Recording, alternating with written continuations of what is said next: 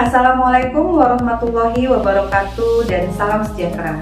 Perkenalkan, nama saya Chandra-Sari Punyawati dan saya merupakan salah satu tenaga pengajar dari Fakultas Kedokteran Gigi Universitas Brawijaya. Pada kesempatan kali ini, saya akan memaparkan sistem pengajaran mata kuliah yang saya ampu sebagai bukti dharma dari pengajaran yang telah saya lakukan. Sebagai seorang pendidik, saya ditempatkan di Kompartemen Ilmu Konservasi Gigi dan mata kuliah yang saya ampu yaitu penyakit pulpa dan periapikal 1 dan 2 yang akan diberikan pada blok 5 dan 6 di semester 3. Sebelumnya saya akan mendeskripsikan mengenai bidang ilmu konservasi gigi. Ilmu konservasi gigi merupakan salah satu cabang di bidang kedokteran gigi di mana kita akan mempelajari mengenai penyakit dan kelainan jaringan keras gigi, jaringan pulpa, dan jaringan periradikular, serta tata laksana perawatannya, sehingga dengan tujuan dapat kita kembalikan ke dalam fungsi stomatogenetik. Ilmu konservasi gigi ini dibagi menjadi dua mata kuliah, yaitu mata kuliah penyakit pulpa dan periapikal 1 dan penyakit pulpa periapikal 2. Secara keseluruhan, mata kuliah ini mempelajari tentang kerusakan yang terjadi pada struktur gigi atau yang sering kita kenal dengan karies. Kemudian patogenesis perjalanan penyakitnya, penata laksanaan karies, kemudian bahan-bahan material yang akan kita gunakan pada restorasi direct dan indirect, serta perawatan saluran akar dan restorasi pasca perawatan saluran akar. Pada paparan kali ini saya akan menjelaskan dengan sistem DIA, Delivery, Interaction, and Assessment. Delivery adalah materi atau pokok bahasan yang akan saya transfer kepada mahasiswa sehingga menjadi ilmu dasar yang mereka miliki. Interaction adalah suatu proses transfer ilmu atau materi yang akan saya berikan kepada mahasiswa agar dapat diterima dengan baik. Dan assessment adalah suatu proses bagaimana saya melakukan suatu penilaian secara objektif kepada mahasiswa. Saya akan menjelaskan sistem pengajaran penyakit pulpa dan periapikal 1 dan 2 pada tahap delivery. Ilmu konservasi gigi ini kami berikan pada dua tahap atau dua jenjang, yaitu pada jenjang akademik dan jenjang profesi. Pada tahapan akademik, di sini kami memberikan perkuliahan, yaitu pada blok 5 dengan mata kuliah penyakit pulpa dan periapikal 1 dan di blok 6 penyakit pulpa dan periapikal 2. Untuk melatih motorik dan melakukan penilaian motorik terhadap mahasiswa, di sini kami adakan skill lab, yaitu dilakukan pada blok 5 dengan mata kuliah ilmu konservasi gigi 1 dengan topik restorasi dan blok 6 ilmu konservasi gigi 2 dengan topik endodontik. Setelah mereka menyelesaikan pada tahapan akademik, mereka akan melanjutkan ke jenjang profesi, di mana di profesi ini akan dibagi dua, yaitu semester 2 kami berikan ilmu konservasi gigi 1 dan di semester 3 kami berikan ilmu konservasi gigi 2. Blok 5 ini merupakan integrasi dari beberapa mata ajar. Pada tahapan akademik, kegiatan perkuliahan kami menggunakan sistem problem-based learning, di mana pada setiap bloknya, mata kuliah ini akan kami bagi menjadi beberapa modul. Untuk blok 5, di sini terdapat 4 modul, di mana masing-masing muatannya adalah modul 1 2 SKS, modul 2 2 SKS, modul 3 2 SKS, dan modul 4 2 SKS. Jadi total SKS pada blok 5 ini adalah 8 SKS. Pada blok 6, di sini kami bagi menjadi 3 modul. Modul 1 muatan SKS-nya adalah 3 SKS, modul 2 2 SKS, modul 3 2 SKS. Jadi total muatan SKS pada blok 6 adalah 7 SKS.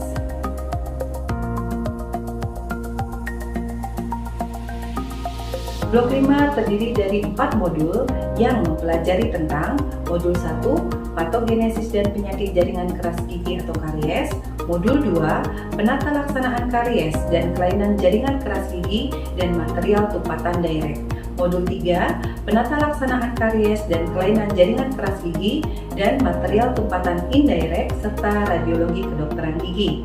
Dan yang terakhir modul 4 yaitu pencegahan dan perawatan gigi anak serta epidemiologi karies, promosi kesehatan, dan evidence-based dentistry. Pada blok 5 ini saya mengajarkan di modul 1 yaitu patogenesis dan penyakit jaringan keras gigi karies. Pada modul 1 blok 5, capaian yang diharapkan adalah mahasiswa mampu menjelaskan kelainan penyakit jaringan keras gigi yang disebabkan oleh karies. Yang kedua, mampu menjelaskan interpretasi hasil pemeriksaan fotoradiografik untuk mendeteksi karies oklusal, proksimal, bukal, lingual palatal, karies akar, dan karies sekunder. Dan yang ketiga, mahasiswa mampu menjelaskan perawatan kelainan jaringan keras lesi karies. Dan pokok bahasannya adalah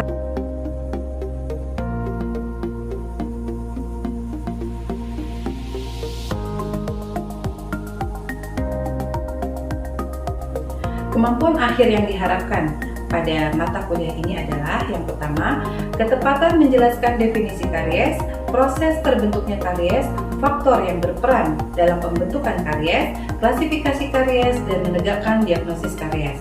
Dan yang kedua adalah ketepatan menjelaskan interpretasi hasil pemeriksaan fotoradiografik untuk mendeteksi karies. Pada blok 6, merupakan integrasi dari mata ajar, ilmu konservasi gigi 2, ilmu kesehatan gigi anak 2, radiologi kedokteran gigi 3. Pada blok 6 ini terdiri dari 3 modul, yaitu modul 1 mengenai perawatan saluran akar pada anak dan dewasa hingga restorasi setelah perawatan saluran akar. Yang kedua, penyakit periapikal serta komplikasi dalam perawatan endodontik seperti kondisi kegawat daruratan endodontik, kegagalan endodontik, dan perawatan beserta ilmu radiologi kedokteran gigi. Dan yang modul 3 adalah mengenai trauma gigi dan gambaran akar yang belum menutup sempurna pada gigi anak dan dewasa, didukung oleh interpretasi secara radiografi dan perawatan saluran akar sekali kunjungan. Pada blok 6 ini saya mengampu di modul 1, yaitu CPMK-nya adalah 1. Mahasiswa mampu menjelaskan perawatan saluran akar pada gigi sulung dan permanen. Yang kedua, mahasiswa mampu menjelaskan mengenai restorasi pos perawatan saluran akar. Pokok bahasannya adalah 1. Anatomi ruang pulpa dan saluran akar gigi sulung dan permanen. Yang kedua, perawatan saluran akar pada gigi sulung dan permanen. Yang ketiga, anestesi lokal pada perawatan saluran akar. Yang keempat, prosedur perawatan endodontik pada gigi sulung dan permanen. Yang kelima, restorasi indirect pasca perawatan saluran akar. Dan yang keenam, perubahan warna pada gigi. Kemampuan akhir yang diharapkan pada modul 1 ini adalah 1. Ketepatan menjelaskan mengenai restorasi indirect pasca perawatan saluran akar gigi permanen. 2. Ketepatan menjelaskan mengenai perubahan warna gigi dan perawatannya. Metode pengajaran yang kami gunakan pada sistem perkuliahan adalah problem-based learning, problem solving, kuliah penguatan, mini lecture, kuliah pakar, atau visiting professor. Problem-based learning adalah mahasiswa akan berdiskusi 2 kali dalam seminggu selama 7 minggu efektif dan menyelesaikan beberapa skenario sebagai pemicu dalam proses diskusi. Problem solving, mahasiswa diberikan masalah kasus dalam bentuk skenario tertentu dan mereka diminta untuk mencari solusi dari kasus tersebut. Kuliah penguatan, mahasiswa diberikan kuliah dengan muatan dari topik-topik per modul yang diberikan setelah menyelesaikan skenario per modul. Mini lecture, mahasiswa akan diberikan materi dengan topik khusus dalam kuliah besar. Dan yang terakhir, kuliah pakar atau visiting professor, mahasiswa diberikan materi dengan topik khusus dengan mendatangkan narasumber yang sesuai dengan kompetensinya di luar dosen internal. Masih pada jenjang akademik, kami melatih kemampuan motorik mahasiswa dengan kegiatan Skills Lab. Pada blok 5, Skills Lab ini dengan topik restorasi, dengan deskripsinya adalah merupakan pembelajaran keterampilan klinik mahasiswa mengenai prosedur perawatan karies gigi, meliputi tahapan preparasi untuk restorasi direct dan indirect sehingga prosedur finishing restorasi. Kemudian CPMK-nya adalah mahasiswa mampu menguasai prosedur preparasi restorasi direct dengan penata laksanaan penempatan restorasi menggunakan bahan komposit. Yang kedua, mahasiswa mampu menguasai prosedur preparasi restorasi direct dengan penata laksanaan penempatan menggunakan bahan gelas ionomer semen. Dan yang ketiga, mahasiswa mampu menguasai prosedur preparasi restorasi indirect only. Untuk materi pembelajaran atau pokok bahasannya adalah yang pertama, preparasi karies oklusal gigi posterior, 2. Preparasi karies proksimal gigi posterior, yang ketiga, preparasi karies gigi servikal, yang keempat, prosedur aplikasi bahan pelindung pulpa, yang kelima, prosedur pemasangan matrik pen, yang keenam, prosedur penempatan hingga finishing restorasi menggunakan bahan gelas ionomer semen, yang ketujuh, prosedur penempatan hingga finishing restorasi menggunakan bahan resin komposit, yang kedelapan, prosedur preparasi restorasi indirect only, dan yang kesembilan, prosedur pembuatan catatan gigit. Untuk kemampuan akhir yang diharapkan adalah mahasiswa mampu menjelaskan klasifikasi karies dan tata laksana perawatan karies oklusal, proksimal, dan servikal. 2. Mahasiswa mampu melakukan prosedur preparasi untuk karies gigi oklusal, proksimal, gigi posterior. Yang ketiga, mahasiswa mampu melakukan aplikasi bahan pelindung pulpa, prosedur preparasi restorasi indirect only, hingga pembuatan catatan gigit. Yang kelima, mahasiswa mampu melakukan prosedur preparasi untuk karies proksimal gigi anterior dan penempatan dengan bahan komposit. Yang keenam, mahasiswa mampu melakukan prosedur preparasi untuk karies proksimal gigi anterior dan karies servikal, teknik penempatan dengan bahan gelas ionomer semen. Pada proses pembelajaran Skills Lab di blok 6, topik yang akan diberikan adalah endodontik. Skills Lab ini merupakan pembelajaran untuk melatih dan mengembangkan keterampilan mahasiswa tentang prosedur perawatan saluran akar hingga restorasi pasca perawatan saluran akar yang berkaitan dengan praktek klinik kedokteran gigi. CPMK yang diharapkan adalah 1. Mahasiswa mampu menguasai prosedur perawatan saluran akar ganda. Yang kedua, mahasiswa mampu menguasai prosedur perawatan saluran akar tunggal. Dan yang ketiga, mahasiswa mampu menguasai prosedur pembuatan restorasi pasca perawatan saluran akar. Materi pembelajaran atau pokok bahasan yang akan diberikan adalah 1. Prosedur cavity entrance, pengukuran panjang kerja dan ekstirpasi. 2. Teknik preparasi saluran akar frondon, step back, dan konvensional. 3. Prosedur sterilisasi. 4. Teknik pengisian saluran akar single cone dan kondensasi lateral. 5. Teknik pengukuran panjang kerja pasak. 6. Prosedur dekaputasi mahkota. 7. Prosedur pengurangan panjang buta pecah. 8. Teknik pelebaran dan penghalusan saluran akar. 9. Prosedur pemasangan pasak. Dan 10. Prosedur pembuatan inti pasak. Kemampuan akhir yang diharapkan adalah 1. Mahasiswa mampu menjelaskan perawatan saluran akar tunggal dan ganda, teknik preparasi saluran akar, teknik pengisian saluran akar, dan restorasi pasca perawatan saluran akar. Yang kedua, mahasiswa mampu melakukan prosedur cavity entrance, pengukuran panjang kerja, dan ekstirpasi pada gigi saluran akar ganda.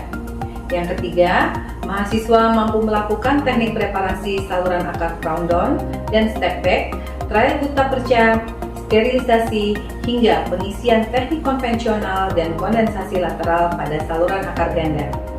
Yang keempat, mahasiswa mampu melakukan prosedur cavity entrance, pengukuran panjang kerja, ekstirpasi, teknik preparasi konvensional, sterilisasi pada saluran akar tunggal. Yang kelima, mahasiswa mampu melakukan prosedur pengisian teknik single cone pada saluran akar tunggal, pengukuran panjang kerja pasak, dan dekaputasi mahkota. Dan yang terakhir, mahasiswa mampu melakukan prosedur pengurangan panjang kerja buta perca, pelebaran dan penghalusan saluran akar, ronsen foto, dan pengurangan pasak, serta mahasiswa mampu melakukan pembuatan inti pasak. Selanjutnya adalah pada tahapan profesi. Pada tahapan profesi, di sini dibagi menjadi dua, yaitu pada semester 2 mereka mendapatkan ilmu konservasi gigi 1 dengan muatan SKS 2 SKS. Dan pada semester 3 mereka mendapatkan ilmu konservasi gigi 2 dengan muatan 2 SKS. Deskripsi dari ilmu konservasi gigi 1 adalah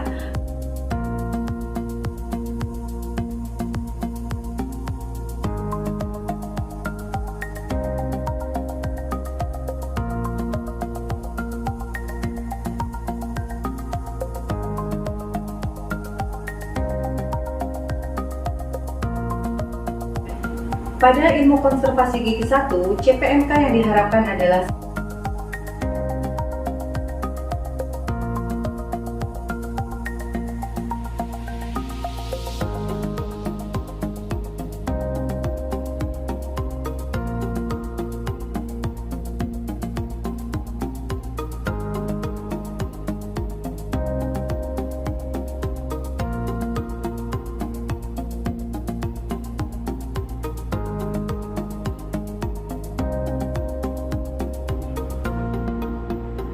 pada proses pembelajaran profesi ilmu konservasi gigi 2, CPMK yang diharapkan adalah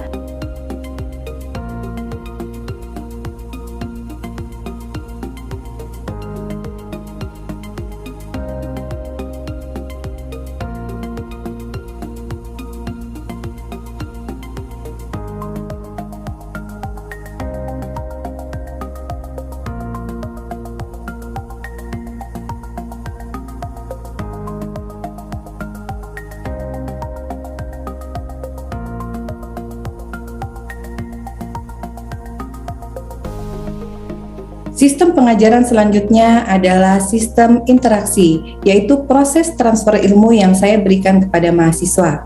Di sini kami menggunakan dua metode, yaitu metode synchronize dan yang kedua metode asynchronous.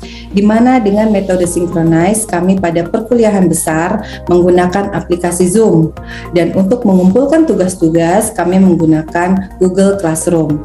Sedangkan untuk asynchronous di sini kami menggunakan aplikasi YouTube, yaitu untuk memberikan materi atau video tutorial kepada mahasiswa. Berikut ini merupakan salah satu contoh proses interaksi yang saya lakukan pada perkuliahan besar menggunakan aplikasi Zoom. Nah, kalian pasti sudah tahu anatomi gigi ya, Dek ya. Sudah tahu di determinasi udah belajar berbagai macam wajah dan anatomi dari gigi, anatomi pit dan visur. Ya, di mana di bagian oklusal ada ceruk-ceruknya. Di situ sangat rawan terjadi karies, ya. Karena faktor apa? Pembersihan yang mungkin tidak maksimal, ya. Kemudian smooth surface. Smooth surface ini juga bisa terjadi karies. Misalkan pada bagian bukal, bagian lingual, kalau kalian raba pakai gigi, licin ya. Nah, daerah-daerah situ. Kemudian surface. Akar juga bisa terjadi karies. Kenapa? Banyak faktornya, Dek. Salah satunya misalkan terjadi food impaksi, ya. Sekarang saya tanya kepada Venia. Venia, kenapa sih kadang-kadang terjadi food impaksi itu bisa menyebabkan munculnya terjadi karies? Mungkin karena apa? Atau Vinda bisa dibantu? Izin menjawab, mungkin food impaction karena ada ya penurunan gingiva. Makanan numpuk ya. Iya. Nah, dari makanan itu terus terjadi proses anaknya menjadi asam. Fermentasi karbohidrat. Ya. Jadi berawalnya dari situ, dengan adanya food impaksi yang tidak dibersihkan, kemudian lama-lama gingivanya jadi turun, Dek. Ada makanan nyangkut lagi situ, ada makanan nyangkut di situ. Akhirnya proses itu jalan terus di situ, mekanisme terjadinya karies. Nah, akhirnya dia menyerang daerah akar, ya. Kemudian ada deep dentinal karies. Nah, ada bakteri sendiri, jadi dia punya aktor-aktornya sendiri yang bergerak di situ.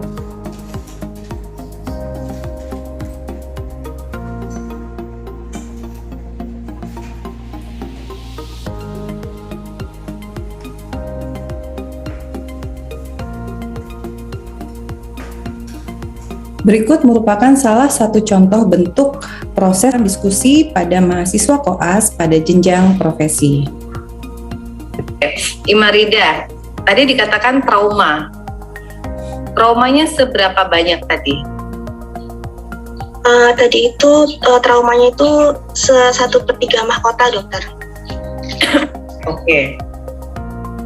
Pulpanya sudah terbuka belum? Pulpanya sudah terbuka. Berarti dia klasifikasi traumanya Ellis and Dewi apa? klasifikasi ELPIS kelas 4 dokter, karena trauma gigi yang menyebabkan non vital dengan atau tanpa kehilangan struktur gigi. Ya, jadi dia sudah menyebabkan gigi tersebut non vital, ya, jadi masuk kelas 4 ya. Nah sekarang Ivani ya, Ivani kan tadi pulpitis irreversible, oke. Keluhannya apa saja sih tadi sehingga dikatakan pulpitis irreversible, pemeriksaannya? Tadi Atau data-datanya apa saja sehingga bisa mengarah ke pulpitis irreversible? baik dokter. Saya izin menjawab dokter. Untuk pertama, karena dia pulpitis irreversible, keluhan dari pasiennya sendiri itu awalnya giginya berlubang sakit. Terus habis ini kalau pada kasus ini giginya itu juga pernah dilakukan penambalan tempatan okklusal kelas 1. Jadi saat dirasakan itu dia merasakan nyeri ngilu spontan pada saat dia melakukan minum air dingin. Terus untuk pemeriksaannya sendiri yang dilakukan adalah sama seperti pemeriksaan gigi pada umumnya, itu pemeriksaan objektif. Yang dilakukan adalah cek vitalitas dengan cara tes thermal menggunakan kloretil pada bagian sepertiga bukal, dilihat apakah dia positif atau negatif, maksudnya dia terangsang atau tidak, atau ada rangsangan. Jika tidak ada, berarti sebenarnya dia sudah negatif. Cuman kalau dalam kasus ini pasiennya masih merasakan, jadi thermalnya masih positif. Kemudian dia ngilu spontan ini karena tiba-tiba ngilu terus berjalan cukup lama, terus berjalan lama, akhirnya dia dikatakan pulpitis irreversible. Pada sistem pengajaran menggunakan metode asinkronis, berikut ini adalah salah satu bentuk contoh video tutorial yang kami berikan kepada mahasiswa pada tahapan akademik pada kegiatan Skilab. Posisi kanan samping. Posisi ini paling sering digunakan karena seluruh area rongga mulut dapat dijangkau, utama dari kaca mulut.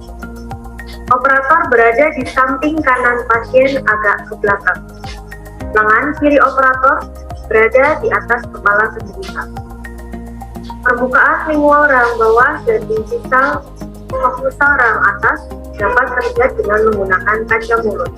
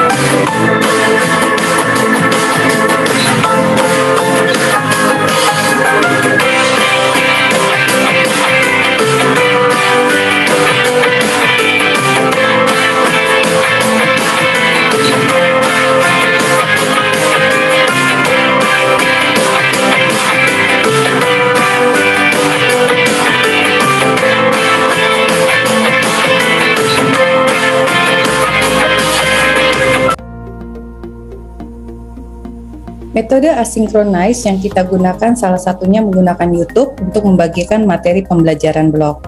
Di sini mahasiswa wajib memiliki akun FKG. Pada saat diklik akan muncul berbagai materi pembelajaran pada masing-masing blog. Jika salah satu blog diklik, maka mahasiswa wajib mengisikan password. Berikut adalah materi kuliah pada blok 5. Dan berikut adalah materi perkuliahan pada blok 6. Di sini saya akan mencontohkan kuliah pada aplikasi YouTube, yaitu bleaching. Di sini bisa terjadi gangguan enamel yang biasa disebut dengan amelogenesis imperfecta. Untuk karakteristik dari amelogenesis imperfecta, itu dia sensitivity, berarti dia mudah atau gampang terasa ngilu, misalkan terkena air dingin seperti itu. Kemudian no dark brown, high risk caries, dan enamel loss. Jadi ada struktur enamel yang mudah luruh atau mudah hilang seperti itu. Kemudian ada beberapa klasifikasinya, yaitu ada jenis dari enamel hipokalsifikasi, enamel hipoplasia, dan enamel hipomaturasi. Di sini bisa kita lihat perbedaannya pada gambar di slide tersebut.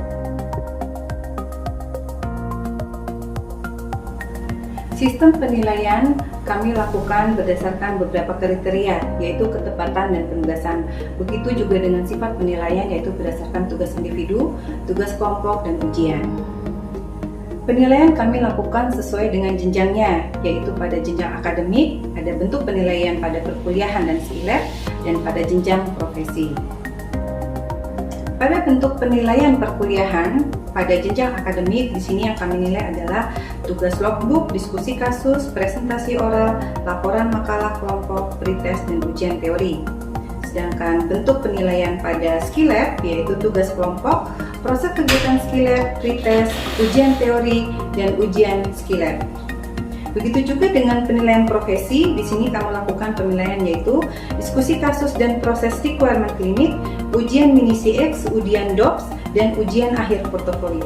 Berikut kami tampilkan untuk masing-masing bobot penilaian pada kegiatan jenjang akademik dan jenjang profesi.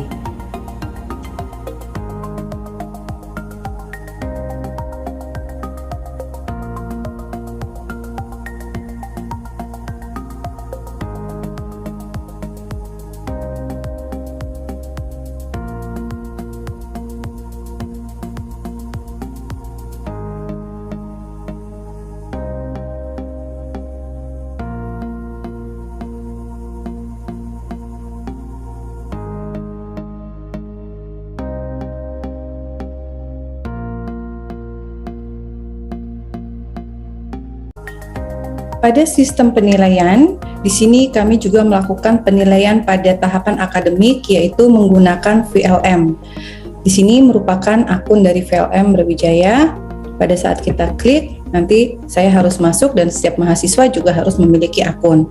Di sini sudah tersedia pada blok 5, salah satu contohnya home, di mana soal-soal telah kami masukkan dan nanti mahasiswa juga masuk ke dalam home modul ujian tersebut. Demikianlah pemaparan dari sistem pengajaran yang telah saya sampaikan menggunakan metode DIA, Direction, Interaction, and Assessment. Semoga bermanfaat. Terima kasih.